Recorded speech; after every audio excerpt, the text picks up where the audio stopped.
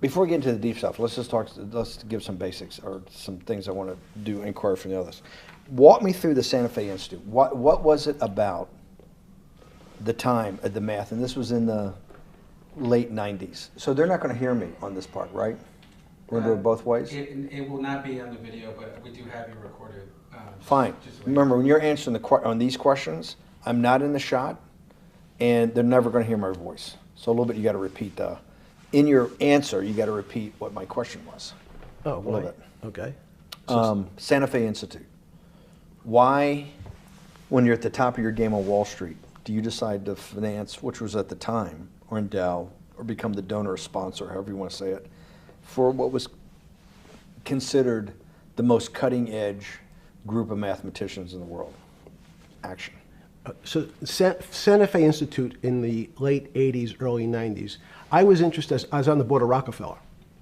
So that starts, Rockefeller, it's university formed by John D. Rockefeller to sort of give back to the community. It's east side of Manhattan, except it was old. It was sort of old-fashioned. They were talking about medicine, and medicine by itself was, again, subject to the ideas of science. They were trying to use science to find cures for disease. And I said, no, we need to do something different. We need to start interdisciplinary work. In most... How did a schmuck like you get on the board of Rockefeller? What year was that? I don't remember. Late, I think 89 or 91. So that's one of the most prestigious research places in the world, correct? Yes. Okay, how did a guy like you get on the board of a blue blood, internationally known, hard research, Nobel Prize winners all over the place? How do they pick a guy like you, a trader from, or basically some guy from Bear Stearns? Good question. So I was asked to be on the board of Rockefeller. And I think it was, I was on the board of Rockefeller. There was a money manager who said, Rockefeller needs someone with financial expertise because the university is growing and there's lots of new things. You have to, again, we go back to the original discussion the last time. Up until the mid-'80s or sort of early mid-'70s, the most important thing was your name. If you were Rockefeller, you already were considered to be brilliant. If you were head of General Motors, it was your reputation. It was who you knew, who your family was, what was your character. And then in the mid-'70s, basically, if you remember, you probably had a calculator. It was very advanced in those days to have a Texas Instrument calculator, where it could, by putting in the numbers, it would multiply for you to do square roots. And that was the first, and everyone who had a calculator was already advanced on Wall Street. A simple almost like your accountant. The most important parts of business were really now going to calculations. So it's not only mathematics, but it's things that could be calculated. Reputation couldn't be calculated. I could give you, are you a 10 on a reputation scale, an 8? What does it mean to have a measurement of your reputation? We'll get to that later. But places like Rockefeller needed someone to say, look, we're entering a different world where numbers and the numbers of companies, portfolio management was going to be balanced. It was going to be statistical. Jeffrey, could you come on the board? Potentially sit on the finance committee, Nancy Kissinger and a bunch of other people. And David Rockefeller and I got along very well. He was this unbelievable human being. Respectful to everyone. He introduced his driver as his colleague, not his driver. He would never say, this is my driver. He said, it's my colleague. And David started to explain to me world politics. So David would say, Jeffrey, money is going to be sort of the most important things. People don't understand money. You seem to have this knack for money. I said to David, tell me about your life. What was the worst and the best part of your life? So David said, when I grew up, everyone knew I was a Rockefeller. They didn't know that my father told me he would not leave me a dime. No money. But every time we went out to eat, me and my 5 friends in school, they would leave me the bill. They would expect me to pick up the check because I was a Rockefeller. And he said, I was chairman of Chase Bank. And he said, I remember like it was yesterday, one of the headlines in Time magazine said, David, please fire yourself. So he thought that there was a world that existed that would be a combination of both politics and business and leadership. What do I mean? He formed something called the Trilateral Commission. The Trilateral Commission is some spooky stuff. People said it was something, the Illuminati, there's some mystery about it, people that ran the world. It was politicians, but David said most countries, the politicians get elected for 4 years or 8 years, separate from the royal families in England or in the Middle East. Someone's there for 4 years and then they're not there anymore. The most important people to have stability and consistency would be businessmen. So he formed this Trilateral Commission of businessmen and politicians from 3 major continents. So it was the North Americans, the Europeans, and the Asians. So he said to me, would you like to be on the Trilateral Commission? Now, I was 30 years old, 32 years old. I said, great. And he said, well, you have to fill out this application so they have your bio. And I looked at the list of people, and it was Bill Clinton, former president of the United States, Paul Volcker, every great leader in America, the Asians, the Japanese, and with a very long description of their history. And they asked me to fill in what I would like to have written. And I wrote Jeffrey Epstein, comma, just a good kid, which I thought was funny, nobody else did. So in answer to your question, at that time I recognized around the world that monies and currencies were not really well understood. But again, it was only numbers. So numbers, and I'll get to the fact that it was bad thinking. Numbers are very good. Are most people that you meet, even on the Trilateral Commission, when you meet most people, do you find most leaders financially illiterate, economically illiterate? Most political leaders don't come out of a background of finance. Most political leaders come out of a background of being popular. So in some of the countries, in some of the African countries, for example, they might have been a military person. They were a general. In some of the African countries, they might have been a disc jockey. Or in our country, they would have been an actor. The knowledge of money they don't have expertise, they have no degrees in finance. They really, and this is one of the major problems, their expertise, if they have any financial knowledge, is of their own checking account or bank account and filling in their own taxes. So many world leaders who don't really have a financial underpinning make fundamental errors when it comes to money on a country or institutional level. Let me give you an example. If you, Mr. Bannon, if I said your assets increased last year, you'd say, that sounds pretty good. And I'd say, what does that mean to you? You'd say, well, I have more money. I guess I'm wealthier. I'd say yes. And if your debt increased, would you feel wealthier or poorer?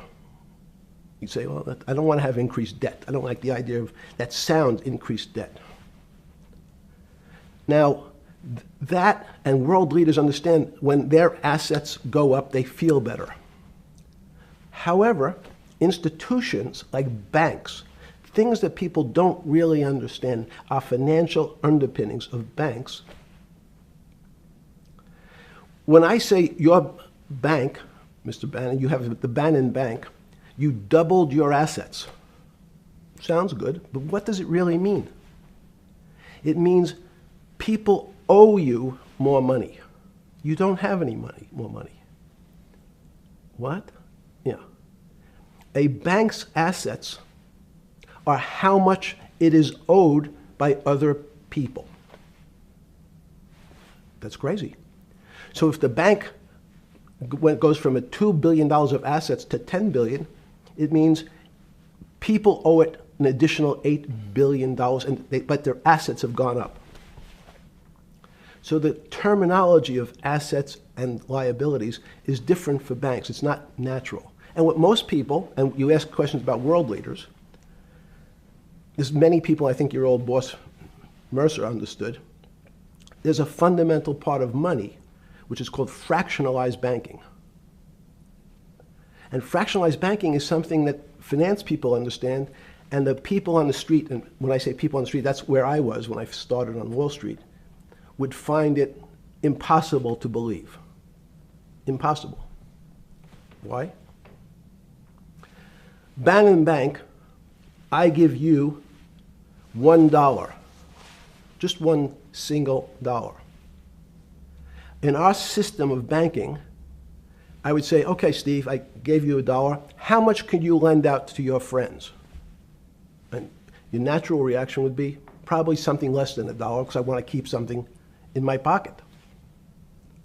The way our system works is if you as a bank are holding my dollar, you can lend out an additional $8 or $9.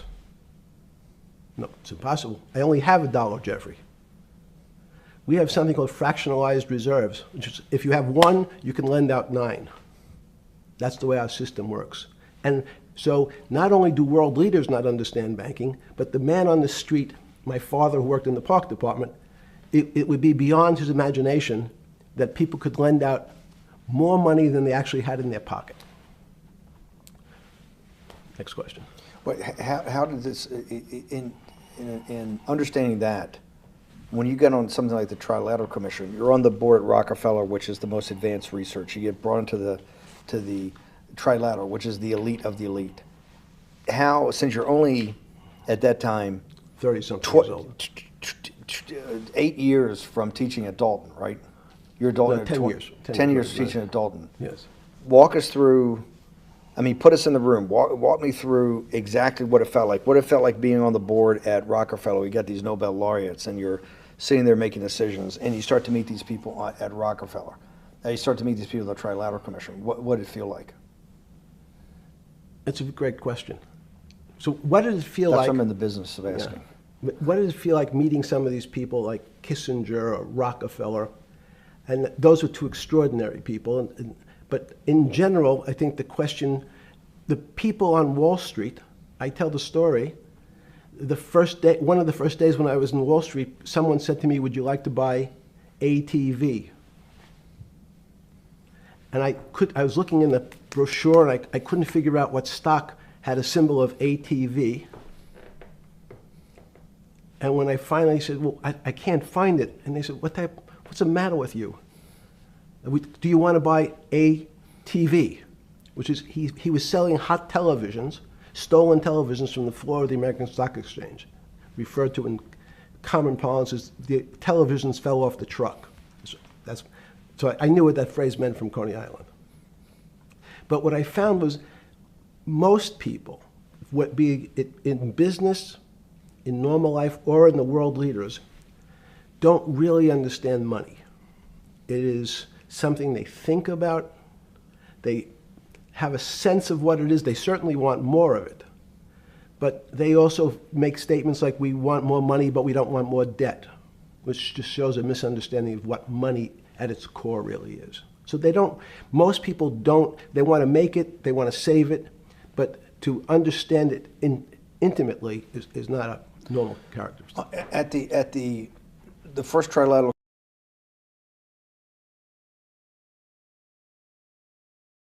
or something? Yeah, good. You're good. Just give me approximate. You joined the Trilateral I Commission. think it might be And we'll be able to show we'll pull down the chart of where your name was, but just give me roughly when it was. I think it could be 90. I don't remember. Okay. Let's say early 90s. Yes. When you got on the Trilateral Commission and had the first, do you remember where the first meeting was? It was in Tokyo. In Tokyo. And at what hotel? I would like to say the Hilton, but it's probably not. And it's a 3-day, 4-day? Give me some three-day event, and it walk me was through the whole thing. Speeches. It starts with a dinner. Just walk me through it. It was boring. You couldn't possibly think it was boring. It's bullshit. It was boring. You had to be stars in your eyes. No. Did you fly over privately?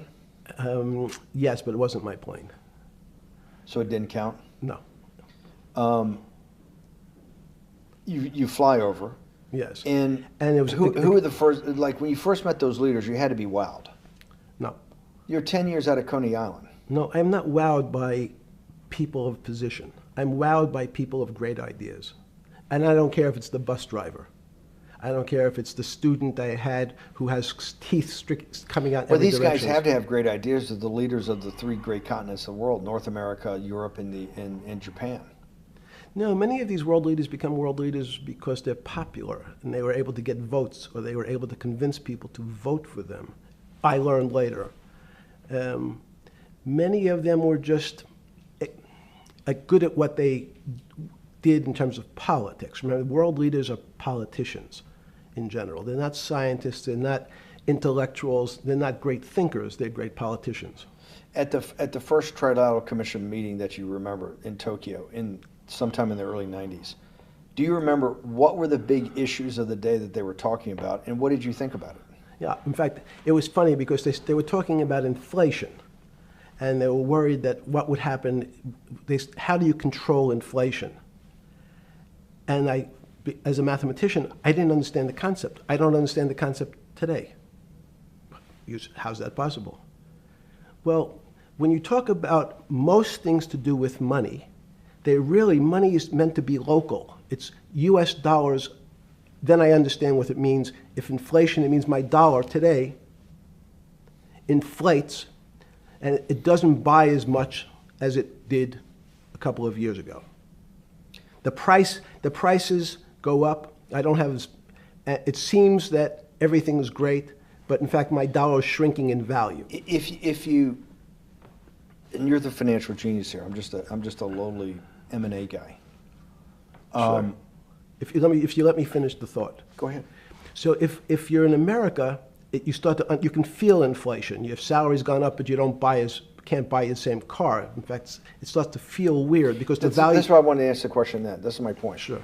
The people who live and breathe this, the central banks, have been haunted by the specter of inflation since the late 70s. Yes. First off, tell our audience, how did that happen? The two great financial events in the 20th century, I'm not going to get to the 21st, were the great inflation in Europe after World War I, the Great Depression, the hyperinflation in Germany that led to the rise of Hitler, and then this inflation in the mid-70s. Before you go to explain inflation, why is this specter of inflation always the central thing in central bankers' minds? Because it goes back to the first concept I said, the weird concept of fractionalized reserves. The system is not well understood. And most systems, in fact, are not well understood. We don't know how our digestive system. Stop. This is impossible. This is impossible.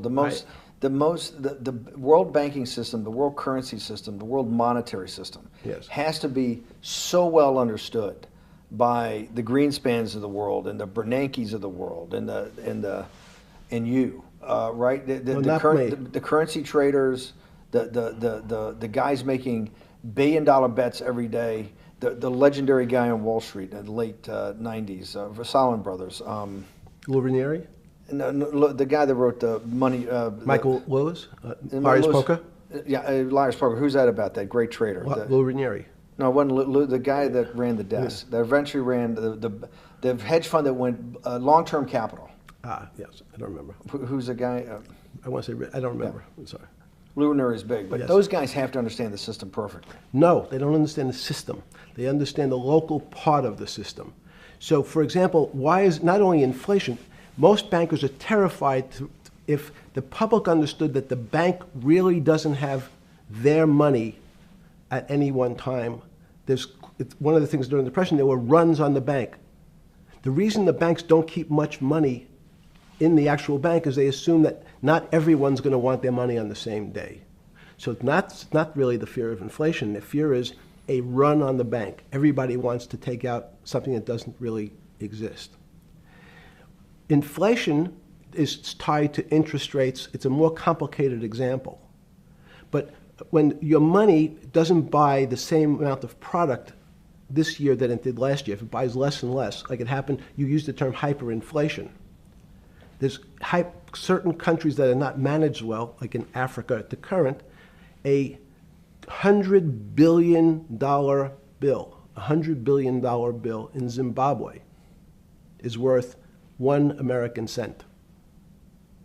That's the perfect example of hyperinflation. It goes up, it doubles every day.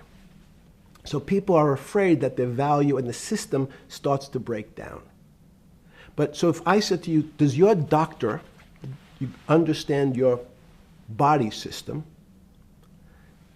You'd say, well, I hope so, because I want him to keep me healthy. But you could have a kidney infection, you could have a heart attack, you could have a broken knee. There's lots of pieces of this system. And in fact, when you ask the question, very few doctors understand your entire body. There's a specialist for your knee, there's a specialist for your polynoidal cyst, there's a specialist for your head, and now we have specialists in different areas. So and I'm going to get to your first question about Santa Fe Institute.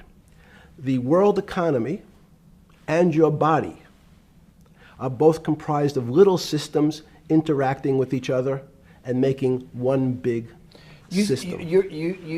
This is what's stunning for all the little guys out there, the populist movement, the little guys that haven't had a pay raise in 30 years. They think that these elites, have everything. The guys in the room making the decisions, the party at Davos guys. You're sitting there, you don't think many people today really understand the complexity and really all the moving pieces and how they interconnect to the world's financial system. No, not only don't they understand the complexity, and that goes back to Santa Fe Institute was an attempt of trying to see if there was a way to mathematize, formularize, or algorithmically understand what the term complexity means. That goes back to the original question. Complex systems are complex by definition. But there's not necessarily, it's not one level of complexity. We might say, well, our fingers are complex, the movements, the muscles of our hands, but it's not as complex as the blood system. Now I have a circulatory system. I have systems on top of systems, so that there's no one group of or person that really understands the way the body works. There's no one group that understands the way the financial systems work. You might understand U.S. bond market. Now, you've asked about the trade of long-term capital. That was a bond fund, very small part of this very complex system. So the goal of the Santa Fe Institute was to see, is there a way to get in, somehow understand how complex systems interact? Fast forward, Steve, to today, where Google and these other engine companies, the other tech companies, are trying to build artificial intelligence. The strangest thing that they've found, one of the strangest things, is that the systems that they design, this artificial intelligence, which a lot of people have heard about, is they design a bunch of systems. They're called neural nets. Terms simply taken out of brain work, neurons in the brain. Nets because they actually look like a net. They put in some inputs. The computers work, spit out an answer. Sounds normal to you. It's because you're thinking about that calculator you had in 1976 on your desk. When you ask the person who designed the system, how did it come to that answer? How did your neural net, can you show me the calculations? They say, no, we don't know. We don't know how the thing we designed actually came up with that answer. That's pretty strange. They take the same neural net now and they put it in front of a video game. No learning, nothing. They said to the computer, they say, sit in front of your video game and learn how to play. It seems the computer learns better than any human in history, faster than any human in history, beats any human in history, but when you ask the designer how did it do it, no one knows. It just did it. So that's the first little touch of things that we already have gotten to a place where we don't understand it, and we built it. On Sunday afternoon, September 14th, 2008, where were you? Sorry? It was the night they put Lehman Brothers in bankruptcy in London. I was in jail. Seriously? Yes. So the financial crisis of 2008 happened when you were in jail? Yes. Oh, this is going to be so amazing. This is going to be so amazing. I take it you didn't have your Wall Street Journal dropped off to you in the morning, your Financial Times. No. How did you hear about how did you hear about, because I want I forgot about this, but yes. I'm trying to get, this is going to be amazing. Let's go back and do that again. Sunday afternoon, because I want to find out about people, the geniuses understanding the complexity of the financial system. Because I think the best example we have is the financial crisis, the crash of 2008. Sunday afternoon, September 14th, I think it was, 2008, is when they were working feverishly in Midtown Manhattan at the Lehman Brothers offices and at various law firms around town, and with the Secretary of Treasury in the Federal Reserve, what they're going to do with Lehman. They decided they weren't going to save it. And so they prepared to put it into bankruptcy at the open of the market in London the next day. How did you hear about what was going to happen to Lehman Brothers, and what did you immediately think when you heard that it was going to be put into bankruptcy? I'm glad you asked that question. I was in solitary confinement September 14th. And again, some of the public stories about the wonderful time I had in jail and my work release, which didn't come till months after. I'd been there since June in an 8x10 cell with a bed in the back, a 6-foot bed in the back, a chrome sink with a toilet attached to it, and a little piece of metal sticking out that was supposed to act as a table. Now, since I was in jail, there were no books. Why? There's no library. No library, but you're in jail. No, I was in jail, not prison. So in jail, I was in a place which was called the Special Housing Unit, which is for the roughest, toughest, meanest people. They had put me there, they said, for my own protection. So I was in a 8x10 cell with a little slit in the door where they would serve my food on a tray about 9 inches by 4 inches. And then as soon as I finished eating, they'd take the tray and close it down. And one of the guards said, do you understand there's Wall Street's crashing. I'm worried about my pension fund. What should I do? And I said, sorry, Wall Street's crashing? What's happened? And he said, there's some crisis and some companies are going bankrupt. I said, are you sure? And he said, yeah, it's all over the papers. We're all terrified we're going to lose our life savings because we have either a 401k or our pension funds. We don't know anything about money. Mr. Epstein, can you tell us, like, what's going on? Am I going to be able to afford my children's education? Am I going to be bankrupt like this company called Lehman Brothers? And there's another company in the front page today called Bear Stearns. Oh, no, I said. Why? Because that's the company I was a partner in. And in fact, that was a company I had a very large investment in. So, as a great story, I didn't have my Wall Street Journal, but in the early mornings, you're allowed to make 2 phone calls, collect. And when you pick up the phone, you can dial a number, and when the person picks up, they say, you're getting a call from the Palm Beach County Jail. Will you accept reverse charges? And the person either says yes, and the call goes through, or the person says no. The person I had called was Jimmy Kane, the president of Bear Stearns. And I said, tell me what's going on. And so that my knowledge of the financial crisis happened with Jimmy, who was at the center of the storm, telling me about what Lehman had gone under, and they were trying to figure out a way, should they bail out Bear Stearns? Did it strike you at the time of the mess you had made of your life to be in a situation that you're one of the greatest financial minds in the world, looked at by world leaders and asked your thinking by the most prominent and important people in the world, and here you are in solitary confinement. You got to make a collect call to somebody. Did it strike you at the time how how all the threads of your life had come together and put you in a position, or you had put yourself in that position? No. So it never struck you when you had to make one of your 50% of your collect calls that day, you call the president or the head of the CEO of Bear Stearns. The biggest financial event in your life is taking place, of which one, every important person in the world would be seeking your opinion. Number two would be a once-in-a-lifetime opportunity to apply your craft. Number three, it would be a once-in-a-lifetime opportunity to make money if you were smart, and obviously you're smart.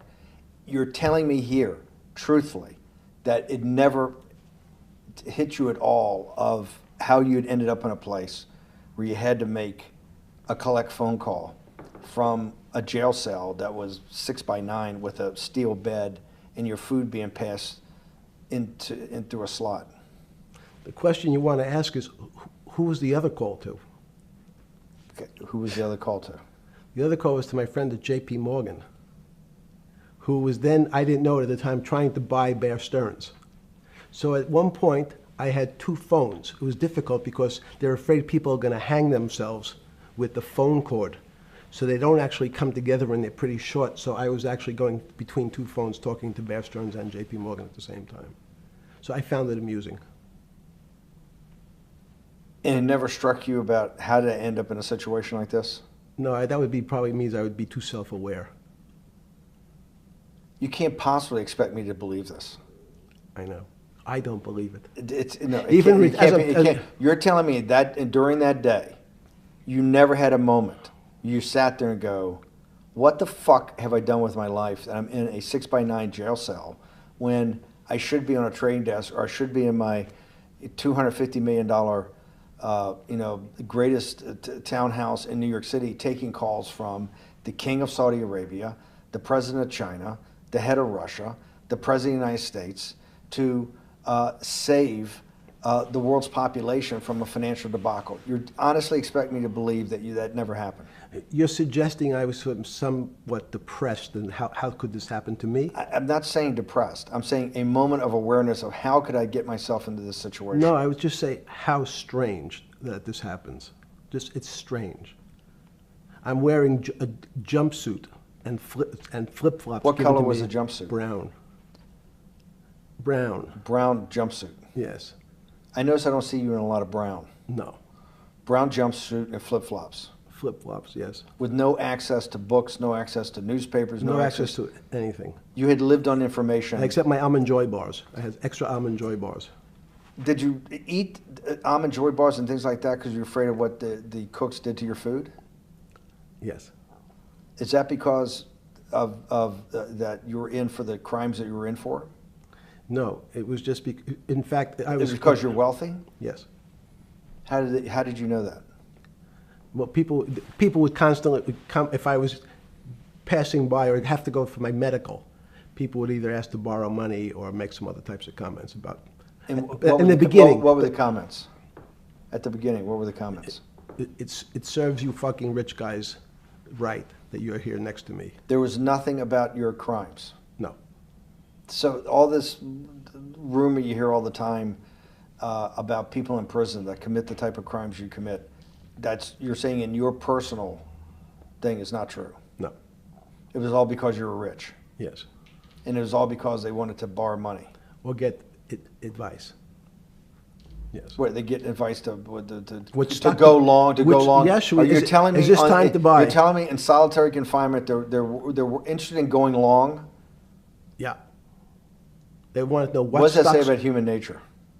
Well, what I think that people find, one of the reasons they wanted to keep me in solitary confinement was they were afraid that everybody would want to know which stocks to buy. But what happened was, after this crisis, now it's on the front page of every newspaper. I don't want to lose this day. Sorry. When you first heard that, was it Bear Stearns had been kicked into bankruptcy, 6 months before? No, this is the same time. This is part of the same deal. I thought, no. Bear Stearns, they saved Bear Stearns and didn't save Lehman Brothers. That's right. it. 6 months before they had bailed out Bear Stearns. But Bear Stearns was still a zombie, A shell of its former a self. former self. But they had quote unquote saved it. They admit. Why did they make the decision in your mind? Why did Hank Paulson and Bernanke what's this concept of moral hazard? Explain to the audience what moral hazard is, and why did they save Bear Stearns 6 months before, and why did the smartest guys in the room decide not to save Lehman Brothers? It's a good question. The real issue is I'd have to go back when you have these systems to the way your doctor responds to any type of emergency in your body. If they might decide to save your kidneys and let your gallbladder go because the gallbladder is less important to your overall system. If at that time, even it's not that long ago, the boogeyman was when said, well, what really happened? Jeffrey, what really happened? What is this financial crisis? And, some of the progressives and the right wing blame it on the banks. It was the banks' fault. And it's the fault of this very esoteric, unknown concept of derivatives. It was really the derivatives that caused this financial crisis because the derivatives got somehow out of control and in the Mickey Mouse. And that was the way you started your road to a billionaire went right through derivatives. Yes. But derivatives were not the cause. Derivatives were not the cause at all. It's like saying your hair was the cause of your heart attack because it was on top of your head. So what was the cause? There isn't, let me say, there's no one specific cause. These are system collapses. So many times when they have to make your death certificate, when you say, well, what did he die from? They'll say heart failure. But if you say, what was the cause of his heart failure? Well, he had low blood pressure, his sugar was high, he was diabetic, he had all these other problems. But they say, no, we need a word on your death certificate. Did he die from brain damage? Did he die from heart failure? That's the financial crisis. Many people said, well, what caused it? They wrote, like on its death certificate, derivatives. But derivatives are not a fundamental cause of anything. Was it Sunday or Monday? I take it was Monday morning when you made your two collect calls and you were talking to Bear Stearns on one hand and Morgan Stanley on the other. J.P. Morgan. J.P. Morgan. That was Monday morning. Did you, Jeffrey, being one of the financial geniuses in the world, did you understand what Lehman Brothers going into bankruptcy, the domino effect, that by Thursday the financial system would be under such extremis that if it didn't have $1 trillion cash infusion in the United States, it might collapse? Did you know that at the time? Did you view that at the time? Yes. You did? Yeah. Why? Again, I don't want to bore you or the audience with the idea of it's a medical procedure, but you had system failures. So you'd recognize that if I said to you, did you realize when your father was on the ground and he was clutching his chest and he couldn't breathe, it was a bad situation, he could die. That's how I saw it. Did you immediately think about the commercial paper market? I mean, the mechanical triggers that actually you had to blow through these circuit boards. Did you know the circuits? Did you understand the circuits? Or did you have a concept of the circuits that were going to get blown through? Yes, but only because of an analogy to a body. And in fact, from my telephones against the wall with my little metal wires, because the next day I talked to another person in Washington about the issues of what I thought was happening, and I made the same discussion about the... They were at the Treasury Department? Yes. So in a 6x9 cell in... The phones were outside the cell. In Palm Beach County, California? West Palm Beach, Florida. West Palm Beach, Florida. This was your juice diet. West Palm Beach, Florida. West Palm Beach, Florida. West Palm Beach, Florida. You're making a call to Washington, D.C. to talk to some deputy secretary of Treasury. Someone in Treasury. Right. Someone in Treasury. Right. And that does not, the night before you go to bed, it doesn't dawn on you at all. You never have a moment of self-reflection that, how did I end up on this metal cot when I should be at the center of things? No, I had a telephone. So I said, I can talk to, it makes no difference where I am, in fact. I'm still talking to the same person if I was at my home in Palm Beach. But I'm the here in difference in your jail. home in Palm Beach. I can dial my that's a own phone.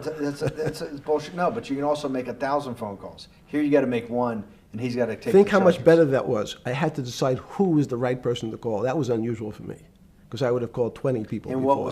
what was the advice you gave him? I said, you have a sick patient, and it's very much like a sick patient in the emergency room. You can't think about it like your car. People in normal walks of life think about money and things as a machine. And unfortunately, so if your car breaks, cars are always easy to fix. My jets, my cars, if it breaks, I know it can be fixed because it simply follows the same pattern. If this part breaks, you replace the part and the thing works again. People and the financial system are not machines. They can't be fixed the same way. You can't simply take out put some more juice into the commercial paper market, and that's like replacing the carburetor on the car. It's much more, I have a patient who can't breathe, has a stomach problem, can't see, looks bleeding at the same time. What do I do first? I have to think about it as a system. Where's the most logical place? What's the most dangerous place? If your heart stopped, we have to start your heart again. In the equivalent to the money market, why do I have to start your heart again? I need to get your blood flowing. If your blood stops, you're dead. If liquidity, which is the equivalent of blood in the financial system, dries up. Once liquidity is basically cash, putting cash into the Forget system. about what it is. Okay. Liquidity is liquidity. It allows the system, it's the blood of the system. You need to pump blood hard into the body of the economy to keep it flowing. And if you're, especially when you're worried about someone dying, you're not going to be worried about the niceties of, well, you got the shirt dirty and there was some damage. Pump in that blood, keep that heart When you pumping talked to the person in Treasury on Tuesday, the 16th, did you get a feeling as you were sitting in your 6x9 jail cell in West Palm Beach, Florida, that they were on top of things? No, you can't. It's impossible to be on top of things. There's no such thing. It's, again, the doctor watching the patient die. You hopefully have some confidence that he's seen it before. He recognizes that there are some steps he has to take first before he bandages the guy's finger or worries about what shoes he has on. So you hope that the people in charge, your doctors who are working on the emergency patient, have enough experience and, frankly, judgment to try to keep the patient alive. Did you think that they had those things, patience and judgment? They had pretty good judgment, and you needed a lot of luck, just like in the dead patient. You need to, hopefully you put that blood in and it's not too late. And you make some mistakes, but you have to know you're going to have to give it a shock. In the run-up to the September crash of 2008, Yeah. I guess you weren't occupied with finance. That whole summer, how long had you been in jail? Went to jail June 30th. So the entire summer. Yes. Before you went into jail, you were still very active in the financial markets. Yes. When I say active, you trade currencies every day, you trade stocks every day. When people, I don't do any. someone like you, or you give advice to people to trade stocks or trade currencies. I don't trade every day. I think that's, like Woody Allen said, you can't beat the bank. So I try to pick my spots. George Soros picked his spot when the pound collapsed. This would have been a great money-making opportunity that passed me by when I was in jail, but that's not how I think. In the run-up to that, in the spring of 2008, that's when Bear Stearns got in problems, I think, in the spring of 2008, and they decided to bail it out. Did the Bear Stearns guys talk to you for advice at that time, in the big crisis in Bear Stearns? No, but see, again, unbeknownst to most people, and it's easy to blame people for the financial crisis, like you'd blame someone for giving your father the drink before he had his heart attack. But what really happened, the real enemy of the finance system was Bill Clinton. And if you ask me what and who caused the financial crisis, I would tell you it was Bill Clinton. Because of what Bob Rubin and he did to deregulate the financial system? No. Because as of the last time we had our 60-minute interview, you talked to me about home ownership. and you asked me whether everyone should own a home. And I told you, no, it's too risky. So the financial collapse of 2008 is because of hardworking African Americans, Hispanics, and whites who wanted to have a ownership stake in the society that all rests on their shoulders. They're the culprits. No, not at all. Okay, then I didn't say they were the culprits. I was pretty clear it was Bill Clinton. Okay. Why was it Bill Clinton? Because Bill Clinton wanted to get votes from those people. And he sold them the idea that instead of renting in a house, and historically the values of houses have gone up, and he said, you guys in these local communities who haven't been able to afford a house before, I'm going to show you a way. I'm going to give you a way because I'm sure I'll get your vote that you can own a house because I want your vote.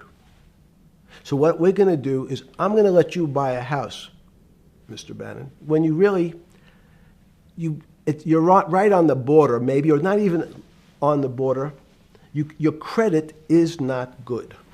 Okay, let's be honest. And it's not my fault, it's not Bill Clinton's fault, but if whatever happens, at the moment your credit score or whatever it is, your credit's not good.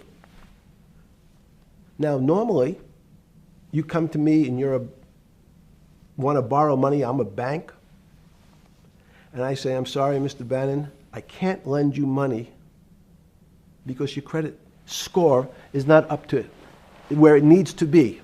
Hopefully, if you work harder and clean up some of your problems, it will be. But no, what I say to you is, I'm going to figure out a way to lend you, not give you. I'm going to lend you money anyway, though you don't have a good credit score. And don't worry, I'm going to get rid of the term that you don't have bad credit. Bad credit sounds pejorative. You don't want to be a person. Sounds judgmental. Yeah, it sounds judgmental. So what we're going to do is we're going to call your credit situation subprime. Oh, nobody knows what that means. Subprime. That means prime is good credit.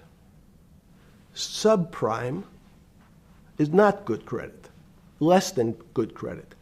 So we'll call it something that people really won't follow, and we'll tell you what. We're going to have people lend you money, though you are a subprime borrower, and I will figure out some government agencies to guarantee your loan, though I don't think you're a good risk. So the banks say, no, no, no, we don't want, initially, the bank said, sorry, this is too risky, Mr. President, for us. We're in the business of managing risk. It's not our money. It's the hard-working people's money sitting in our bank. We can't lend to people whose credit is not prime. You're asking us to lend to people who are subprime. And he says, here's the key, if you don't, Mr. Bannon, I'm going to make sure the Justice Department charges you with discriminatory lending because you refuse to lend to my subprimers. In business terms, you should never lend to. But what we'll do is I'm going to form an agency called Fannie Mae and Ginnie Mae, just another agency names. They'll guarantee your loan. So don't worry. Don't worry. You don't have to pay it back anymore. Even though and maybe you don't even have to work as hard anymore. That's probably a harsh statement, but these players, these two big firms, Fannie Mae, will guarantee the fact that that bank will receive its money. Now, the bank says, wow, best deal in history. I refused to lend to Mr. Bannon, but now he has the big brother, his Uncle Sam. He went to his Uncle Sam, and Uncle Sam says, I'm guaranteeing it. The bank says, I want everybody. Give me as many people as you can give me.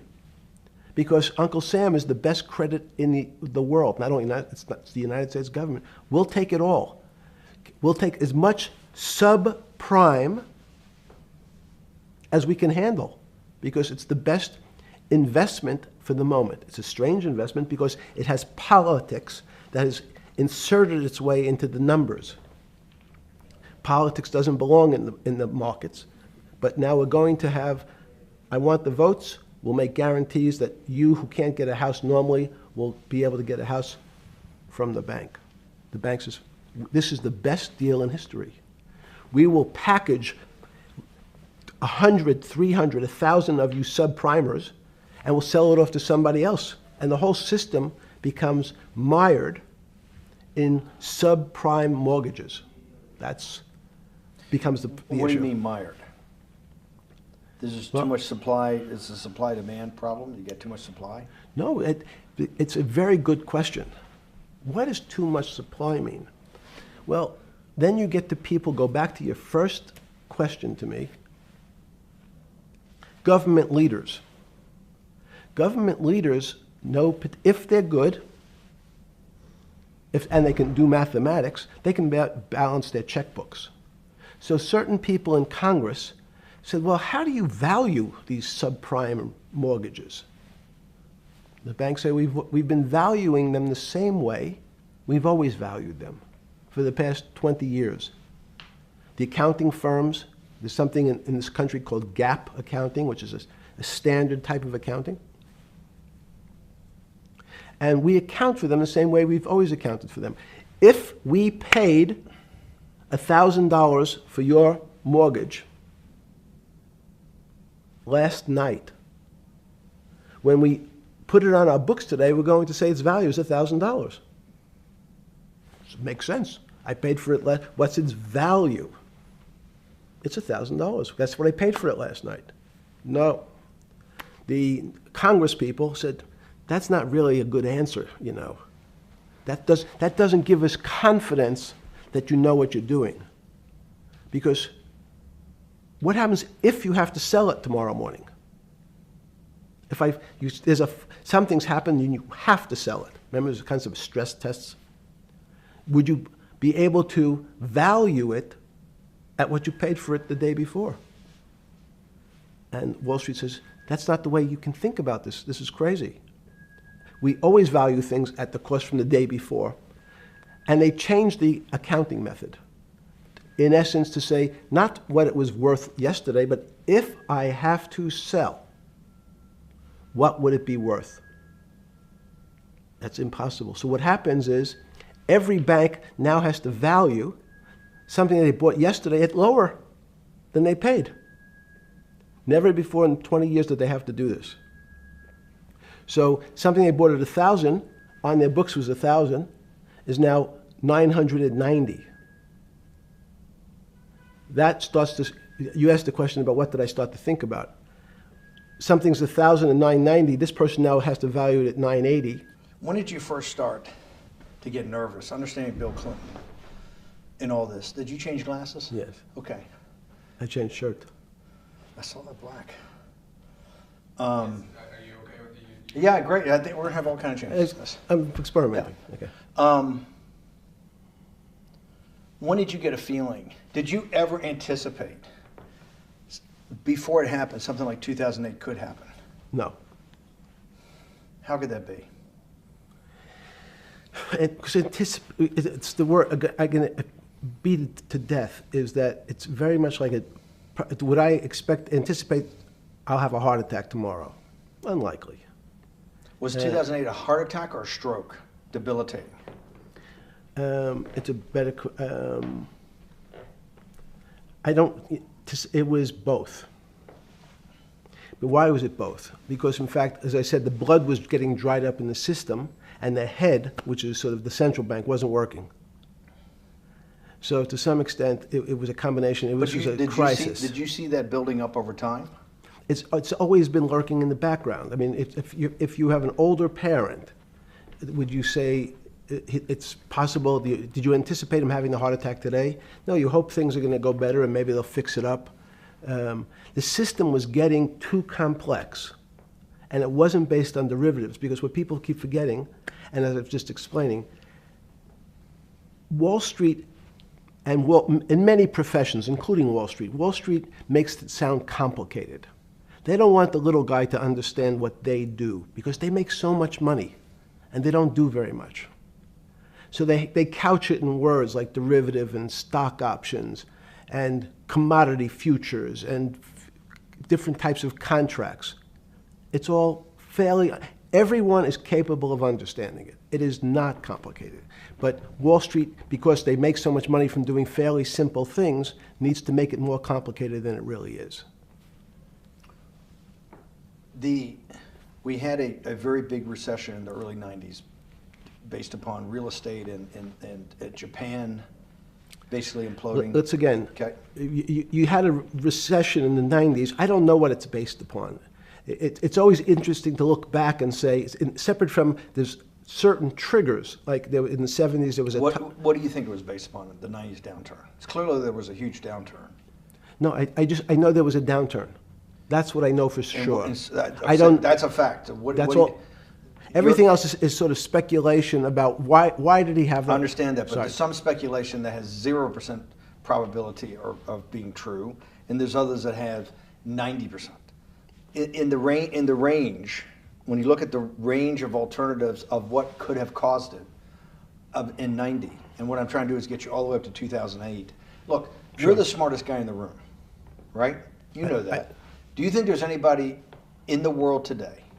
Oops, this is going to be a bad question. No, but do you think anybody in the world today, the Alan Greenspans, the Bernankes, is there any central banker you know, any partner of any Wall Street firm, any guy running a trading desk, and I would take it that would be, or anybody at a Larry Fink at BlackRock, Steve Schwartzman at Blackstone, the top 100 financial guys, and let's throw in a couple of Nobel economists, and let's throw in the best professors at Wharton, at Harvard, at Stanford.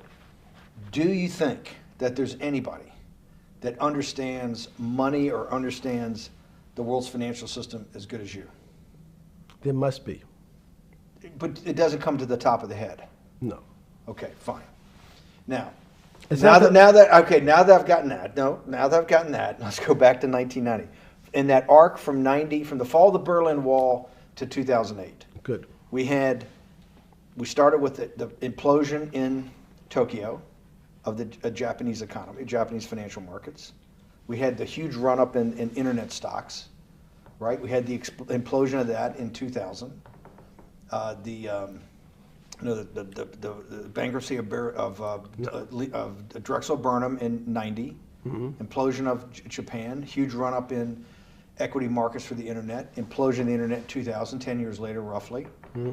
And then this run-up through the Iraq War and all that, the run-up to 2008. Every 10 years, it seems like, we're in some sort of 10 years before the 1990s was the 70s. You sound like an astrologer. Okay. And not a finance person. I'm not going to be a mathematician. It just seems to me a pattern of every 10 years. That's misleading. That's exactly right. Okay. Because people like to see patterns. People like to see patterns where there are none. So a pattern of a financial crisis every 10 years is just in my mind. Yes. Long-term capital, that had to be bailed out back in the late 90s when everybody panicked. And that wasn't that bailout today would look small, and it was $5 billion or was $30 billion. Businesses fail all the time. But long-term capital, the Federal Reserve stepped in. But I'm saying people go bad. Things go bad all the time. Yes, you're correct. The audience that's watching this, the little guys, they go bankrupt all the time and nobody gives a shit. You know why? They're a little guy. But when long-term capital management goes bankrupt, or Bear Stearns goes bankrupt, or Lehman Brothers goes bankrupt, people care because it's an unfair characterization. Why do you say that? Because again, it's the complexity of the situation. If you think about you have a complex system. You have your body. Now, in fact, the little guy is my finger. This is. And Bear Stearns is your heart. That's correct. The banking system is my heart. The system, I can't risk my because remember, it's not only my. You haven't been able to name. Hang on. You haven't. Hang on. No, hang on. I was trying to hang. I wanted to see if the hang on worked. No. You haven't been able. You're not good enough yet. You're like junior wizard trying to do it. You haven't. Yes. I'll say, since we can't name another guy that's as good as you. Now, there may be a couple out there. You're not bragging. You're humble. It had to be sometime. Please tell me there was some time before you went to jail and basically got cut off from daily information in the summer of 2008, that you started to get very nervous that this complex system, that something was deeply wrong? Okay, first, let's go back. When I say no one understands the system better than I do, it doesn't mean I You always understand. sound like a doctor. You're afraid he's going to get sued for giving a thing. Yes, you're not, no. gonna, you're No, not no, taking no. on any liability. There's no contingent liability here for yeah, your no, answers. no. But the word understand is the problem. Okay. I don't understand the system. So I don't understand the financial Will you system. please stop? You cannot sit here and Yeah, tell no, me. no. What we just went through, I'll go through again. The hedge fund managers, the money managers, the central bankers, the commercial bankers, the heads of the investment banks, the heads of all the trading desks, the top economists, and I'll throw in the business school lecturers at Stanford. Of all the top 200, 250, you can't name at the top of your head the guys are at least at your level. You have to understand it somewhat.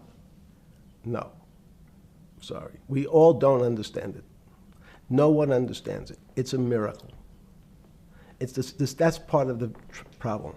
It's impossible to understand. That word understand simply means if this happens here, that will happen there. It's predictable. Understanding means it's predictable. It's not predictable. That's the problem. In complex systems, that was the fascination. Is there a way to tease out some level of predictability? So No, in fact, you would ask the question, it's a great question, which was it a stroke or a heart attack? Now, most people don't know that before they were going to have a stroke, they had a stroke. They just have a stroke. Do they understand why?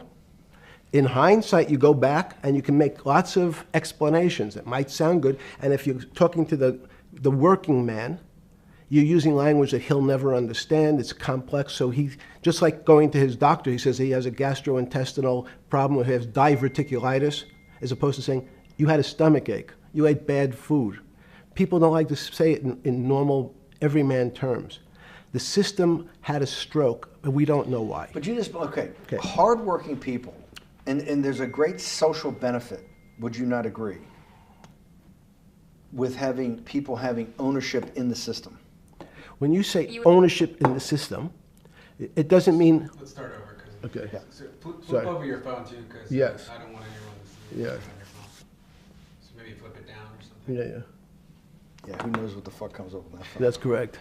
We don't want to send you. KSA. I can't not believe I've got the magic moment when you're in fucking prison or jail, wherever the fuck it is, It's in crazy. solitary. Now, there's a funny part to that we missed, which is So said. go ahead, tell it. The funny part is what you asked me. Is there anything funnier than that? No, For black humor, it's I don't make any black comments. Sorry. You asked me what I was wearing. That's right. You're too wrapped up in the Me Too movement. Yes.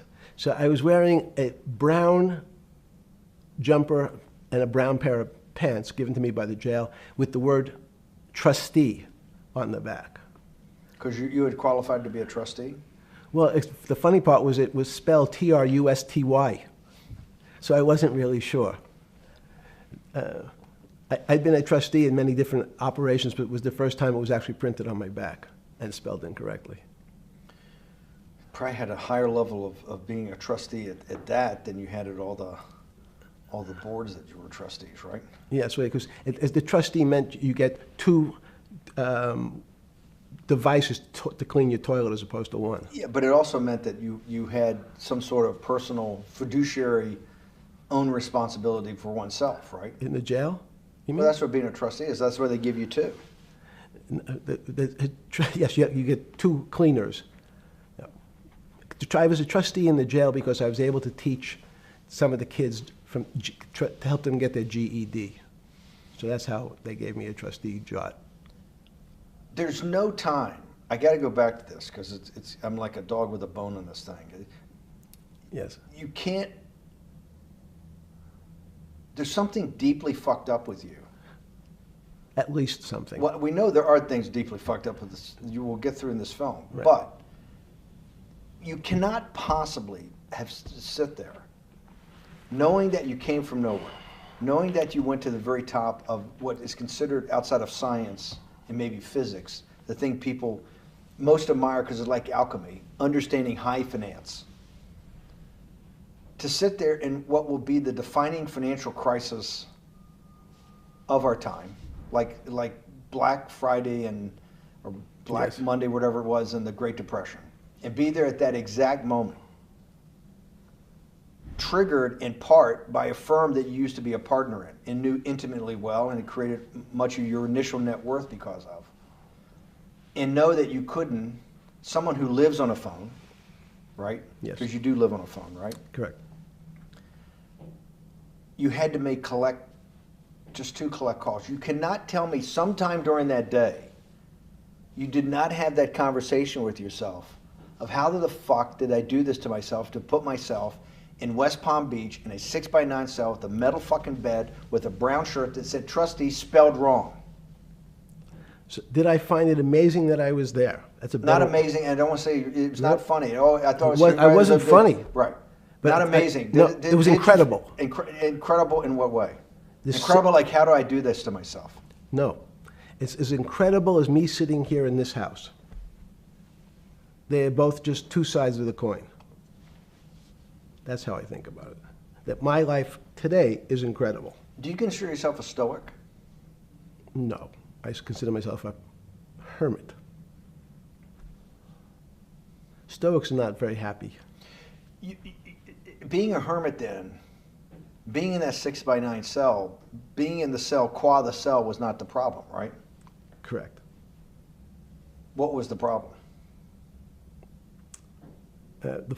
Eating the almond joy bars. Because you couldn't eat the food. No, right. And but remember, my life is. Did that ever strike you that I can't eat the food because somebody might have done something to it? I gotta live off an almond joy bar, 1 a day or 2 a day or whatever. How many ever sneak in a day? No sneaking in. Your 1 almond joy bar, it did not hit you at some time? How the fuck did I do this? No. Let's go back to the spring of 2008. Were you so wrapped up in your personal issues at the time you were not spending enough time on the financial markets, or were you deeply involved in the financial markets like you normally were? In No, the spring of 2008? I was involved. So we're saying that the smartest guy in the room didn't see it coming. No, of course The not. bankruptcy of Bear Stearns, you just thought was a Bear Stearns problem. You didn't see it as systemic. I know you keep harping on it, but it's not. Because you're a mathematician and understand systems. I- It seems that anybody that understands that they had a systemic problem, you would at least be the first on the early search radar. If you're not going to see it, then I'm really afraid, because that means that I always assume there's at least a set of guys out there that have some sort of sense that something's not right. Imagine the guy who has a stroke or had the heart attack. When you ask him, did you feel funny the day before? He's going to tell you, yeah, I didn't feel right. Something was off. I didn't feel right. I had my stomach was right. I felt a little dizzy. I felt a little weak. But if you asked him that day before, do you think you're going to have a heart attack tomorrow? He'd say, no, I just feel a little weak. I'm a little dizzy. My stomach hurts. So these systems, and that's the issue of complexity. What complexity says is that, in fact, everything seems to go along, and people have seen it. One of the great examples of complex systems is sand dunes. In fact, the sand keeps building up. People have seen some, and all of a sudden, one more sand drop, and all the sand starts running down the hills. That's the way I see the financial markets. But you funded Santa Fe in the early 90s or late 80s? I believe it was early 90s. I can get back to you. But early 90s, Santa Fe was funded for the study of complexity theory. It was studied with math. So let's back up. So why did I buy a ranch in New Mexico in 1993? So that gives you some sense. So I would have funded it in 1990.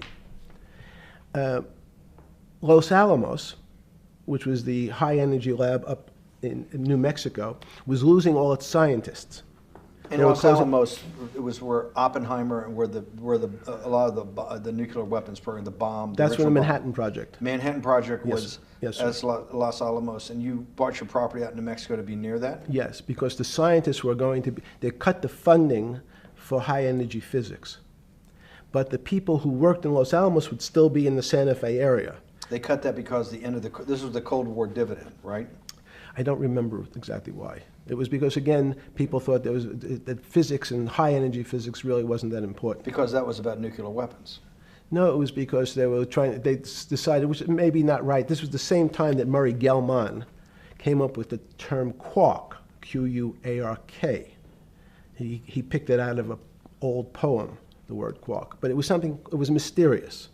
So they were starting to understand in the 90s that our world of the physics world, there was things that were just unexplainable.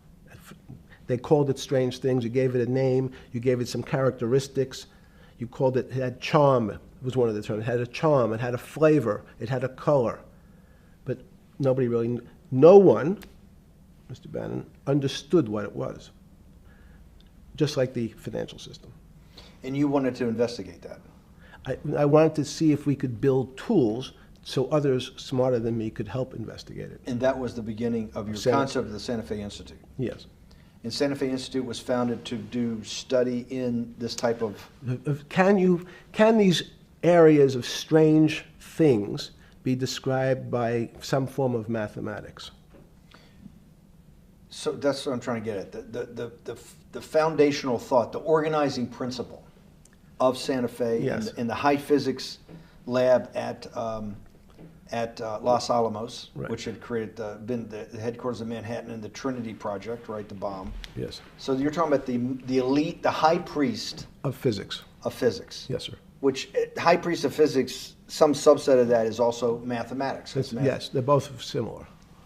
Project out. One of the tools you want to do is to make sure that in this complex system, the finance system, I'm doing a lot of this for philanthropy and a lot for the good of mankind, but also to be able to understand this complex system, the most complex outside of maybe our body, of the financial world. Yes. Did they create tools, or were you smarter in then the mid-aughts, 15 years later, than you had been then because of work that was done at Santa Fe? No, it was great.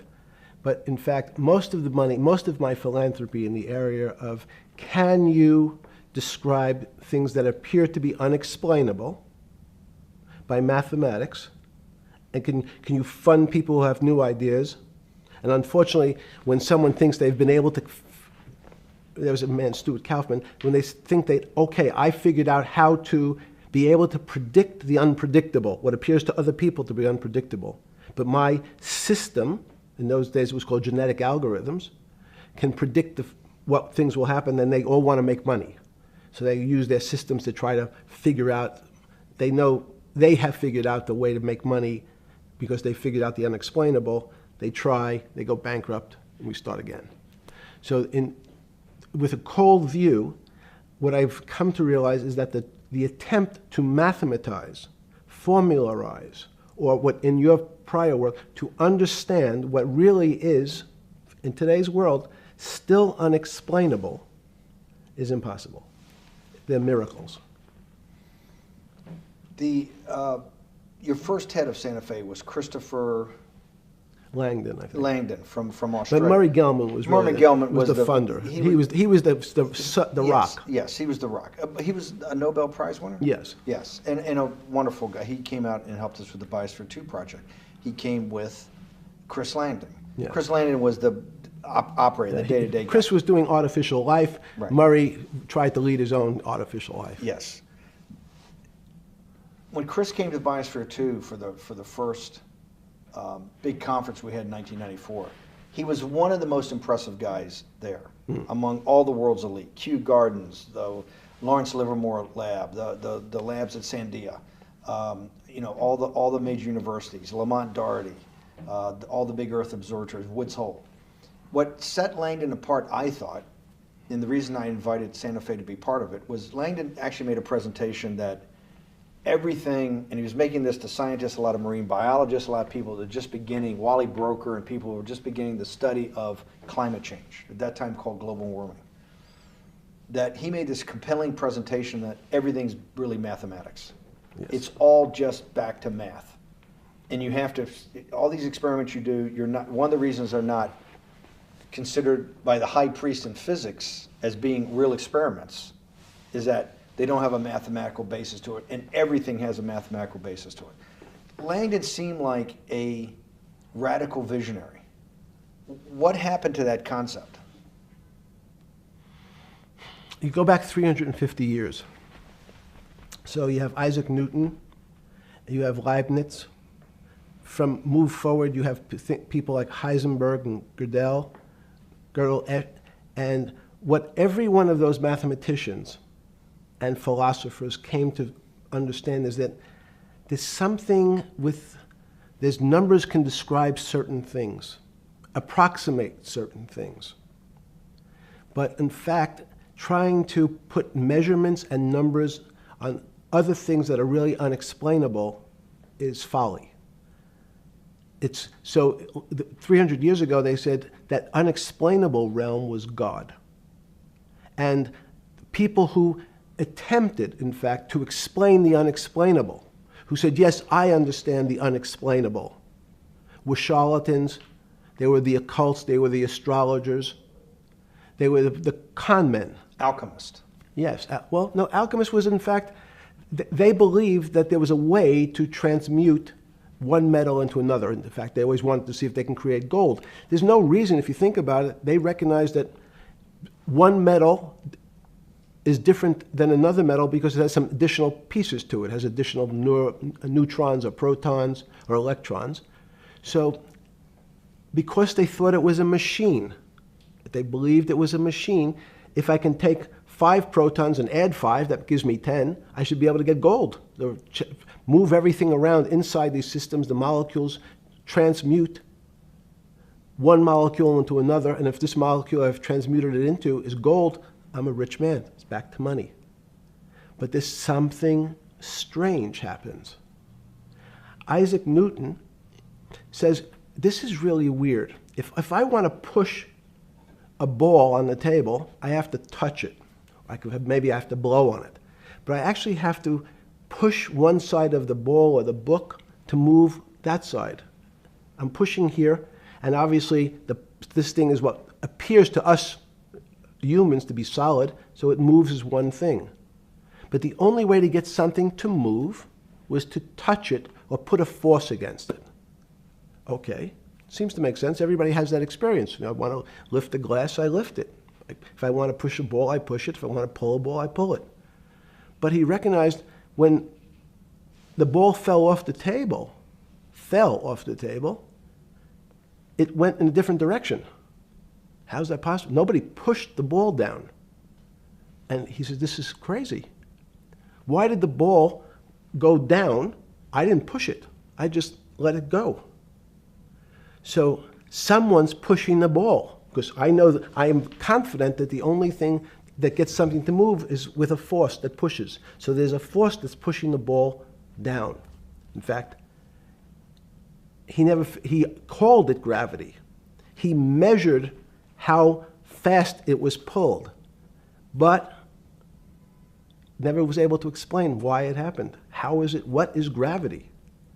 It's this. Everybody says, well, why did the ball fall to the ground? Because gravity took it. But what's gravity? That's, as Feynman would say, that's the name of the thing. We have no idea what it is. This goes to Santa Fe. They were trying to explain the unexplainable. Can we measure, can we figure out a way to predict the stock markets using these types of chaos complexity? Before we get there, let's walk back through it. Let's go back to Newton. Sure. Pre-Newton and then Newton. What did Newton solve that for millennia up to Newton had not been solved? And then I want to go forward all the way to Santa Fe, what they were trying to solve. Let's start with just 2 or 3 of the basic guys, but let's go with Newton. What pre-Newton, it was what? And then why is Newton such a genius? In such a in the, I think mathematically they told me one time, I've seen there's been 115 billion people roughly that have lived on the earth. And of that 115 billion, Newton. Are you sure that's a number? That sounds a lot, very high. We only have 7 now. I think in the history of the earth, I think I'll pull up the stat for you, but I think it's 115 billion people. They figure that probably is inflation. That's why you have lived on Earth. But he's one of the handful of the most important. What did he solve for? Why is he so important for how we live today? And then we want to go through Leibniz and the other, 2 or 3 other major ones to get us to Santa Fe? Well, it's a long journey. This is the heart of what we're trying to do. Let me take a bit of a detour just Okay. a second. What if you went to high school and the last year in your high school, you took calculus? So Isaac Newton sort of invents calculus. Well, that sounds invents, mathematicians. To torture seniors in high school before they graduate. Yes, but obviously, no, yes, the answer is yes. Certain people could never do calculus. Why is that? Why is calculus why is that the dividing line between, to me, people who can handle that and can go on to do certain things, and people just hit the wall, even if they know math? It seems to me that that calculus is the thing that changes. It bridges. That's because it's about the theory of change and the theory of how things change. It's a great question, but in fact, what calculus does is it's somewhat philosophical. That's why mathematics is Newton wasn't a mathematician; he was called a geometer. That's what they used to call themselves. They understood geometry and numbers. But there's an old conundrum where it says during Pythagoras' days, Zeno's paradox it's called, where they said, well, if the wall is 2 feet away from me, and I take one step that's halfway to the wall, that'll be 1 foot away, and if I take another step that's half again, that'll be half a foot away, and then a quarter of a foot, I could walk forever but never touch the wall. Doesn't sound realistic, doesn't make any sense in our real lives of the physical. But what Newton understood is many problems were like that. Many things approached the wall, or in calculus, approached the limit, but never really reached it. So he said, it's okay, you don't have to reach it. We can do lots of the mathematics as if it was so close, it was almost there. And we could do lots of mathematics almost being at the limit. And this is really important, Steve, for today. Because most of the science up until today was things that are starting to approach the limit. You were taught in high school that if you had 1 divided by 0, if you remember your high school algebra, you were told, what's the answer to that? Is there an answer to 1 divided by 0? No, if you were in high school, I'd say, stay away from it. It's the boogeyman. You could write it down as it's undefined. It's not able to be determined. There's a bunch of things. But in fact, 1 divided by 0 is a strange things happen. It's a world of the strange. And what I'll explain to you after is that when you get 1 divided by 0, you get into a world we don't know what happens. The answer is it's not explainable. We can call it things like undetermined. We can have a convention to say it's X, Y, or Z. But in real life, we don't know what happens when you are actually at the limit. So Newton thought the same concept is that the limits were God. You got close to God, but you can never be God. It had this sort of religious interpretation. Okay, I want to go back to Newton. Why is Newton such a big dividing line in mankind's history? What is it about Newton? What is it about what he tried to solve? What did they not know beforehand? And because we live to a degree in a Newtonian universe, although I realized later subparticle atomic physics, but at least for a while it was Newtonian. So what's the dividing line? Why is he so important? Why is he an inflection point in mankind's movement from the swamp to the stars? It's a great question. Stars were by Kepler. What Newton starts to allow us to do is to make accurate predictions. Remember that we've talked about that with money, about the things in our physical world, how cars, he didn't have cars, how horse carriages moved, how bowling balls moved, how pool cues and pool table balls. Had people tried to solve that before Newton? Many tried it? Heraclitus or Plotinus, Pythagoras, had these greats that we hear about, had they tried to solve the same problem? Not the same problem. They tried to again, what Pythagoras does, he starts to figure out this relationships in triangles. For example, everyone knows the a squared plus b squared is equal to c squared. That Pythagorean theorem, which is basically says these shapes in a triangle, each side of the triangle has a fixed relationship with the other two sides. That's strange. He knew, again, but it was all numbers. This was a system of things in the physical world, and Pythagoras says we can start putting numbers on things that help you predict how they will behave. You can add two triangles and make a square, some different shapes. They were looking at geometric forms. Newton says, well, I want to know how planets move. I want to know how things around me move. Can we find formulas? Can I find formulas that explain what I see in the physical world, how physical things interact and how they describe one another? Again, the fact that two things, two solid masses, for some very strange, unknown reason, unknown today, attract one another, no matter what they are. People have seen the experiment. You hang something, two little metal balls from a string, they move towards each other. In fact, they move towards each other was very specific. So when you drop the ball to the floor of this room, Newton says, in fact, the room came up a bit to meet the ball. The room moved. It's imperceptible. You can't really perceive that motion, but they attracted each other with certain ratios. So he started to be able to measure things in the physical world. And that was great advances. It also, now you wanted to move very quickly. Unfortunately, most people, especially in the 20th century, 19th century, said, well, like Newton, let's measure everything. Let's measure people's behavior. Let's measure their psychology. Let's measure their health. You go to we can have my blood test. Let's measure everything. We measure Wall Street. Their voting habits. Measure, measure, measure. Can we put a number on how much I care for my wife? Can I put a number on how I feel? And we tried, unfortunately, we try to mathematize the finer things in life, and then recognize that there's things that, unfortunately, just fall outside. Schrodinger wrote a very famous book about what is life. He was trying to figure out a way, can he describe the difference formulaically between things that are alive and things that are dead? The answer is no. The things that are alive in my world are miracles, not magic. Magic has a bad connotation, trying to hide things. You don't believe in the spirit or the soul? That's what animates people, is your spirit or your soul. That's No.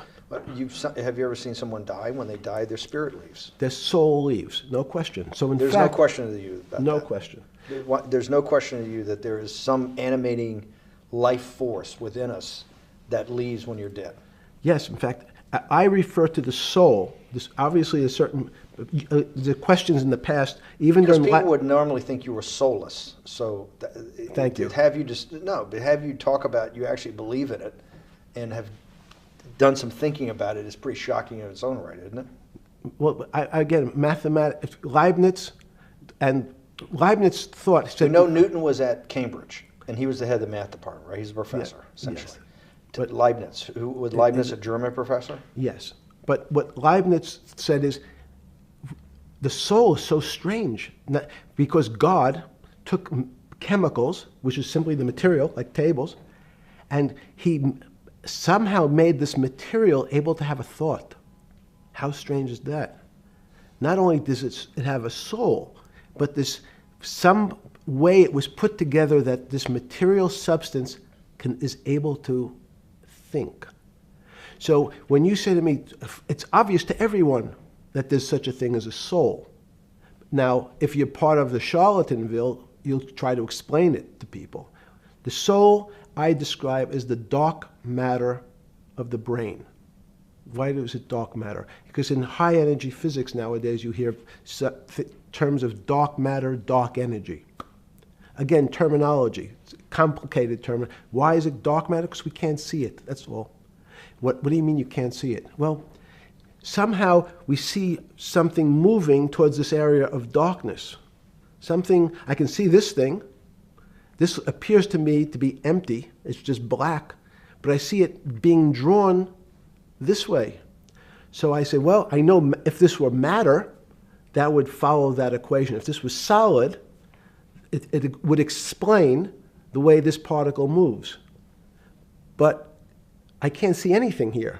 So I'll just call it dark matter. And I'll say, I don't know what it is, but it behaves as if there was something there. The soul is obvious to everyone that there's something different between things that are alive and things that are not alive. But we have no idea what it is.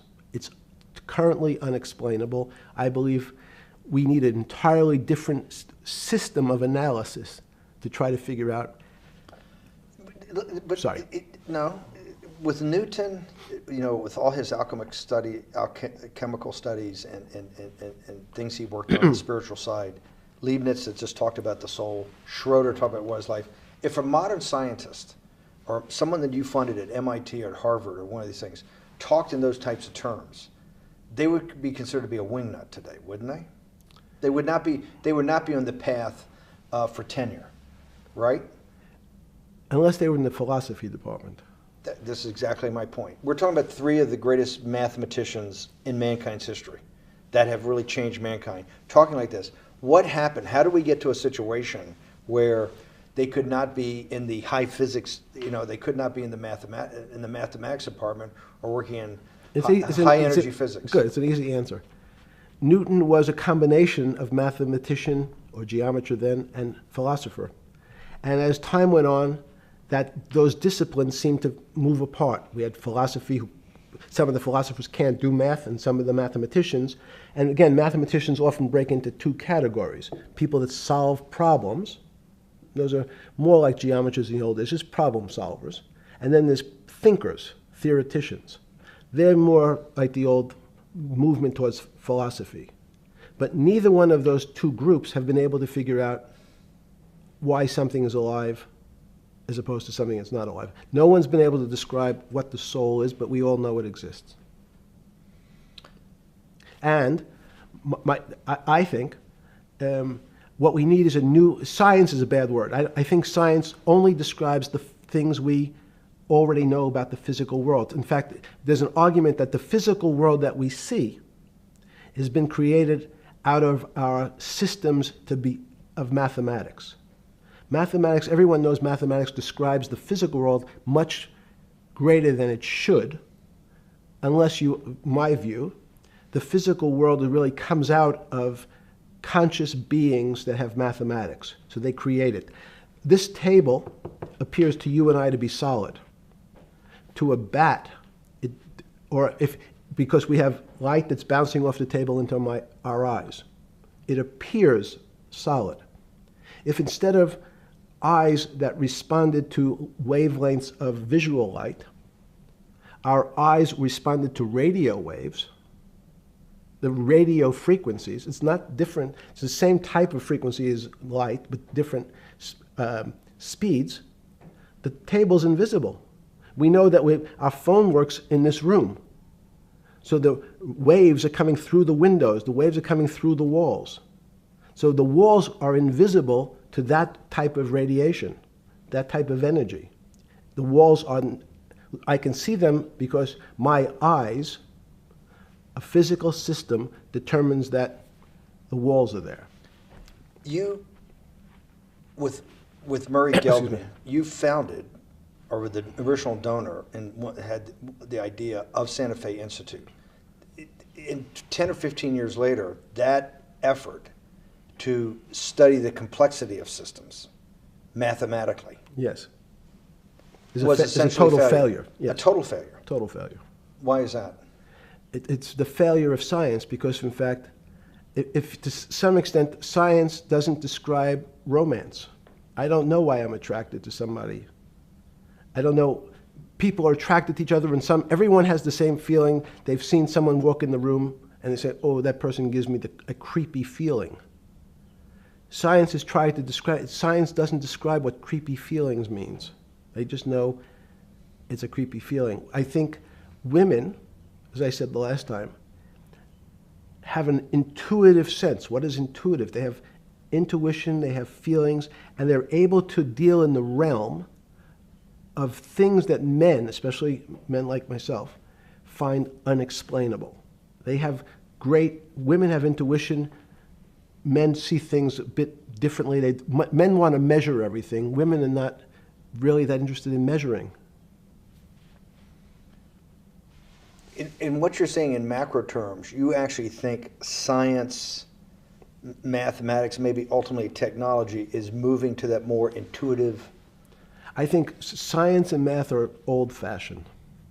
And unfortunately, people are still taught that they have to learn algebra in school and certain things in school, as opposed to learning to have an emotional. Is this what Larry Summers was trying to get at? Maybe he didn't say it perfectly enough, but what he was trying to get to in that system, the systems we study today, the way mathematics is either taught or understood, that women just haven't gotten up to the highest realms of engineering or physics or mathematics because of that. And you're actually implying that there's a either new branch of science, or we've hit an inflection point like in Newton that's going to go in a Newton took mankind in a different direction because he was able to measure.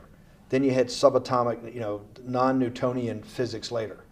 Are you saying that you think there's another developing field that's coming up that may take us, I don't know how many decades to get our hands around, but that's what's evolving out of this? Yes. Yeah. In fact, I think that mathematics, it's not the end of science. Every year someone says it's the end of, we can't discover everything. There's lots to discover with relationship to the physical world, but we know a lot already. In respect to the unexplainable world, we almost know nothing.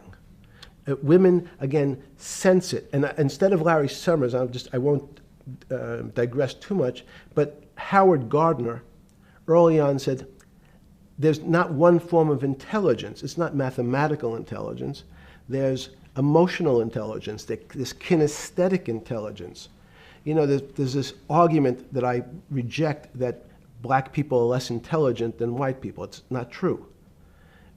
We know, for example, that if I was in the forest and I had to run from the lion or figure out a way not to be eaten, and my competition is a local African, I'm the one who's getting eaten because they have the intelligence to deal with their local environment. So it's just different. It's not better, it's not worse, but there's many differences amongst different types of people. And so people have different intelligences, and they excel in some intelligences usually, and less so in others. When did it come to, because the world of high finance is a world of pure reason, or is it a lot of emotion and gut checks and on trading desk and central banks when these decisions get made? Is it that high church, like the high church of science of high energy physics, or is it as much emotion that comes in as much as the mathematics and the reason? It's a great question. I think if you talk to really experienced and successful traders and you ask them how they know what's going on, they can't give you an answer. They don't know. They feel it. They can feel the way the market's moving. They can feel the way the stock's moving. And that these are not very well-defined terms. It's difficult to put in mathematics terms, how did I feel it? You could look back and make guesses what I was seeing. But great traders feel it and then act on their feelings. That's the difference.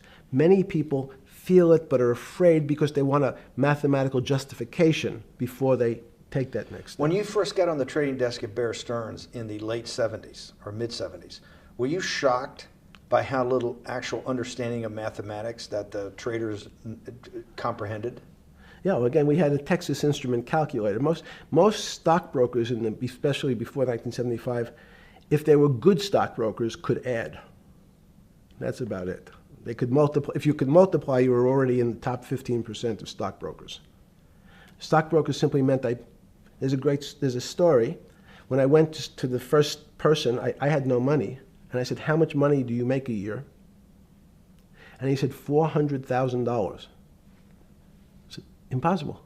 I'm making $10,000. That's probably more than your family had made in its entire existence. Yes. And he makes it in a year. I said, what do you do? And he said, it's too complicated for you to understand, which is what the main thrust of Wall Street people, they want to tell you it's too complicated. Because if you understood that that person was simply, he had a brother-in-law, in fact, in this case, who ran the pension fund at General Motors. His brother-in-law would call him and say, buy 1,000 IBM. He'd hang up the phone, he'd write it out on a ticket and walk it to a window. That was his entire skill set. Hello, write what my brother-in-law says, walk it to a ticket window. Give me an example when you were on the trading desk in the early days of Bear Stearns of a time that you felt either complete uncertainty or you saw total panic, where something was happening that people couldn't foretell and that they were like in an airplane cockpit where it's going wrong. Walk us through that. In 1978, I think it was, across the news wires, there had been a collapse of the currency in Thailand. On the other side of the world, had no relationship to me. I wasn't sure where Thailand was. But the fact that a currency, a country's money, had all of a sudden dropped tremendously in value affected the rest of the world's markets. And people panicked because they'd never seen that before. A very small part of a very complex system had a shock throughout the whole system. So prices on Park Avenue apartments, the bond markets, the stock markets, every started to gyrate. You know, there's an old mathematics expression that if a butterfly wings in Mexico make the wrong turn, it spins out, and eventually, by the time it gets to Canada, it turns into a tornado. So these are part of complex systems. So yeah, Wall Street in certain parts. Santa Fe Institute was supposed to actually come up with a formula for that, for the butterfly wings. Why in 15 years did you reach the end of at least that experiment? Every attempt to, that's why it's so exciting now, because I think certain people are starting to realize that there's so many things that are unexplainable that we have to think about them differently. Music is a great example. It's a common man's example. You know when you hear a certain song, it makes you feel a certain way. How does it do that? We don't know. We can't mathematize it. And even that music, Steve, nowadays we compress music. When you have a violin, it's compressed onto your iPhone. So what does compression mean? I'm taking lots of information and I'm cutting it into lots of pieces and squishing it together. And when I squish it or compress it, I have to take out lots of pieces, but I say that they're not very important pieces. It's those pieces that we take out when we compress data, to me, are the most interesting parts of life. You just said a while ago, part of this new search for science may go back to when people were actually talking about a soul, and you said there's no doubt in your mind that there is a soul. Describe for me what you mean by that. What do you mean by soul? What do you mean soul different than the physical analog body that we're seeing on film right now? It's difficult to describe in words. I mean, I'm not a poet. Poems get a little closer to what that really means. But even the concept of what is life becomes complicated when you deal with plants and seeds. Is a seed alive? I don't know. Certain people would say, no, it's dead. When you're a banana, one of my favorite examples is the banana that's sitting on the countertop in your kitchen today. Is it alive or dead? What do you think about human life? What is human? Tell me about human life. But your banana is alive. That banana is breathing. It's on your. You say that's impossible, Jeffrey. No, it's not. Is the banana conscious? All these words. These are words. So everyone's trying to fit a very complicated concepts into a very small box called conscious or alive. These don't fit in that way. So if you put your banana in a bag and put another fruit in with it, the fruit ripens faster because the banana breathes with it. We don't understand most of those things. So you asked the big question. Sorry. You talk about the life. What about human life? What about it? Tell me what do you think? What do you think human life is? It's a miracle. It's a miracle. And when I say miracle, I can't explain it, and I make no attempt to explain it at the moment. We don't know how to think about it. And anyone, and again, another one of the Feynman quotes when he was talking about quantum physics. He said, anyone, Jeffrey, who says they understand quantum physics and quantum mechanics and quantum behavior, you know they're lying. Let's talk about it. That's post-Newtonian. Talk about what's the difference, who founded quantum mechanics, why is quantum mechanics taking Newtonian physics and taking it to the next level? It forms a much broader category. Let's go back to this desk. You use the thing of Newton using this desk. Why can't Newton's theory explain everything? Why did subatomic quantum mechanics or quantum physics have to come in to explain this? Well, so let's go right back to square one. Why is it called quantum physics? So quanta is a word that simply means packet, small amount. So it's quantized. So we recognized, when we recognized that this table appears, another very complicated word, solid to us, it's really made up of molecules or atoms. And atoms, we've given lots of names to what some of the behaviors. If you were in school, when you and I were in school in the 50s, the model was a little center thing in the middle, and an electron went around and around it. It was seen as a ball that went around and around it. And as we started to look at, say, well, let's see what this ball looks like. I want to be able to examine that little thing called an electron. We found that there was nothing there. There wasn't the thing. It was simply a cloud of energy that we can call an electron. So we already started to see mysterious things as we go into very super small quantities, quantum physics. So quantum physics started to go into the very small, and at very small distances, we see things that we can't explain.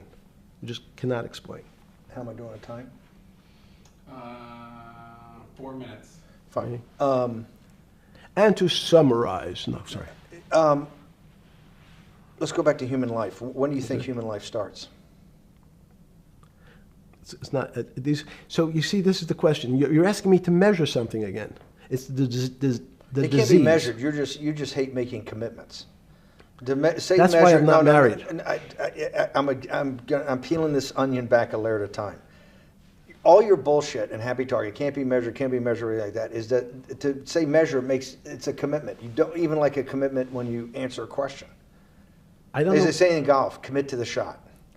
I don't know what it means to be measured. You do know what it means to be measured. You're one of the leading currency traders, hedge fund guys, or stock market financial wizards. You're in the high priesthood of high finance. You certainly know how to measure. That's why you're a billionaire. Any other answer besides that is total and complete bullshit, and you know it. I know very few things. You know things can be measured. You measure every day. You weigh and measure every day. You weigh and measure people. You weigh and measure leaders. You weigh and measure economies. You weigh and measure politics. It's a very good. You weigh and measure. You weigh. Hang on. Your whole life, in fact, is measuring. So what you've now done is a great thing, is you've used the word measure, a mathematic term, in the common vernacular and abused it. So I don't even recognize what it means. It's so abusive to my field. Why? Let's go to that. In mathematics, measure means what specifically? There's no specific. It's an approximation, or giving something a number. Einstein said, we're not asking you to go to the 9th decimal point. Oh, you didn't say that before. No, you're not going to the 9th. I don't even. What if I say measure how tall are you? You'd say, in your case, 6 foot. 6 feet. But is it 6 foot 1 inch? Give or take, between 5'11" and 6 feet. But what's that? So the question is, I want an accurate. I got Zeno's paradox. I don't even know what it means to measure you. Am I measuring the top of your hair, the top of your skull, the finer, the more. You're being rabbinical. This is like. I shaved my beard off. I used to be rabbinical. No, my point is, isn't that going through the Torah where you're parsing every definition? No, so, however we broadly define measure, your life literally is about measurement, is it not? It's about putting numbers on things so that I can try my best. That you can call it whatever you like. If that Well, that what do makes you feel better. What do you know? No, Because I I'm wanna trying make you relate it happy. back to your scientific inquiry. No, even a number.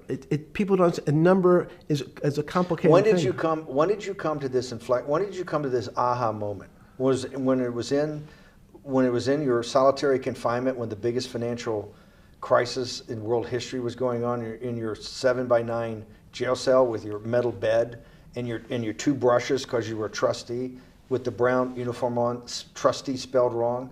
Is that the moment of clarity that you had about science and Newtonian physics and everything that we can measure is really not going to be the way we go forward? It's going to be much more esoteric, emotional intelligence thing. Was that your moment of clarity?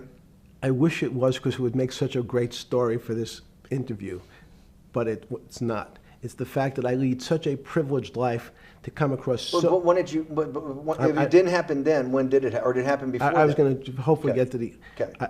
I'm in a privileged position to have some of the world's smartest people come to my house and tell me what they think about different subjects, and I finally realized that the thing that they had most in common was there was this area, no matter how smart they were, that when I asked them the questions, they said they'd have to resort to a 500 or 1,000-year-old response to that question, which was, I don't know. You know who else found that out? Socrates. That's what Socrates kept doing, right? Socrates kept asking all the experts. He would go through, question after question after question, and realize at the end they didn't really know. They really didn't basically understand what they were talking about. And one of the things that people won't enjoy, it turns out that potentially one of the bad things to teach children is how to write. Writing, reading, and arithmetic everyone's supposed to be taught. But writing forces you into a very narrow channel of thinking. You have to write in a certain form, in a certain way, in a certain linear pattern. So your thinking becomes somewhat narrow. The reason I brought up writing is one of the recent discoveries of mine with respect to Socrates, Plato, and Aristotle is they never wrote anything. They spoke, and people around who could write wrote. Socrates could think. So that was. Jesus of Nazareth was the same way, right? Never wrote anything. I thought he was a carpenter. He was a carpenter. Didn't he need like a little carpenter's tool? I don't want to get that. But at least his written record. Right. One last thing. Sure. Thank you for having me to your house.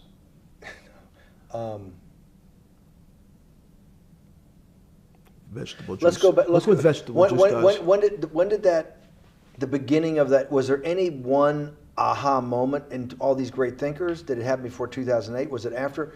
That came up over, I know, many years, but when did you actually realize, hey, something new's got to be developed? Yeah, that's great. Is that because again, I'm privileged enough to have people around me who've given lots of philanthropic gifts to institutions of higher learning, and when I said the impact, how do you judge the impact of your giving? And we sat down and said, no really new ideas have come out. And I realized that, of course, it hasn't come out because we've been looking at using science and mathematics, and it's the wrong tool. It's obvious. Institutions that are set up and try to put forward knowledge and understanding and truth, should they take your money? Derek Bach at Harvard said, taking money for good causes is a good thing. So if Hitler took all the gold out of the teeth of the Jews and said, I want to give this to Heidelberg University to fund the Leibniz chairs so that I can study high energy physics, Derek Bach would say that was fine? Again, these questions are questions where good people on both sides, like your Charlottesville, could differ. I don't know the answer to these questions. So tell us the two.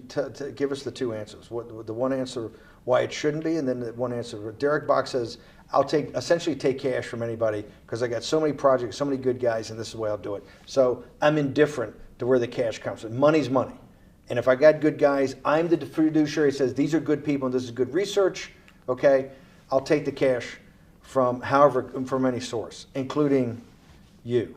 What's the other argument? Let me give you that. I know in my case, Is your money dirty money? if you live, I just asked a question. Is your money dirty money? no, it's not. So in fact, Why is it not dirty money? because I earned it, a heart. But you earned it. I earned it legally. We went back to this before. You earned Yes. it. You earned it, advising the worst people in the world, right? That do enormous bad things, and just to make more money.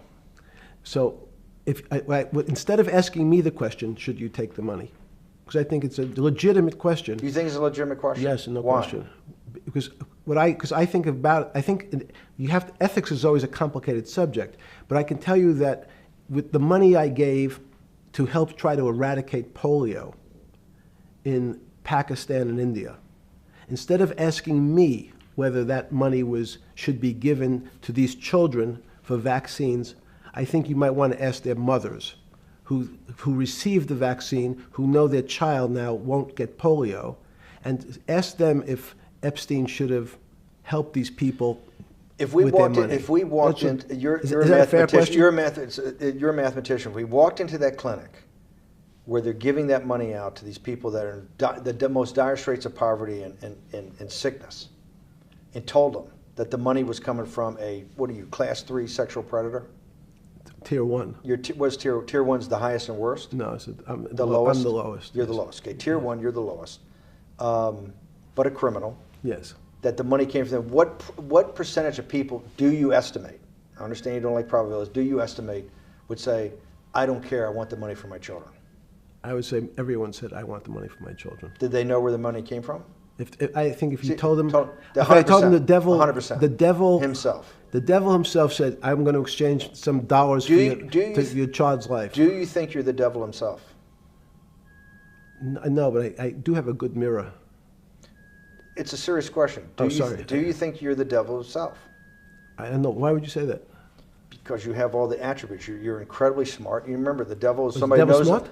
The devil's brilliant. You read Milton's Paradise Lost. No, the devil scares me. Satan is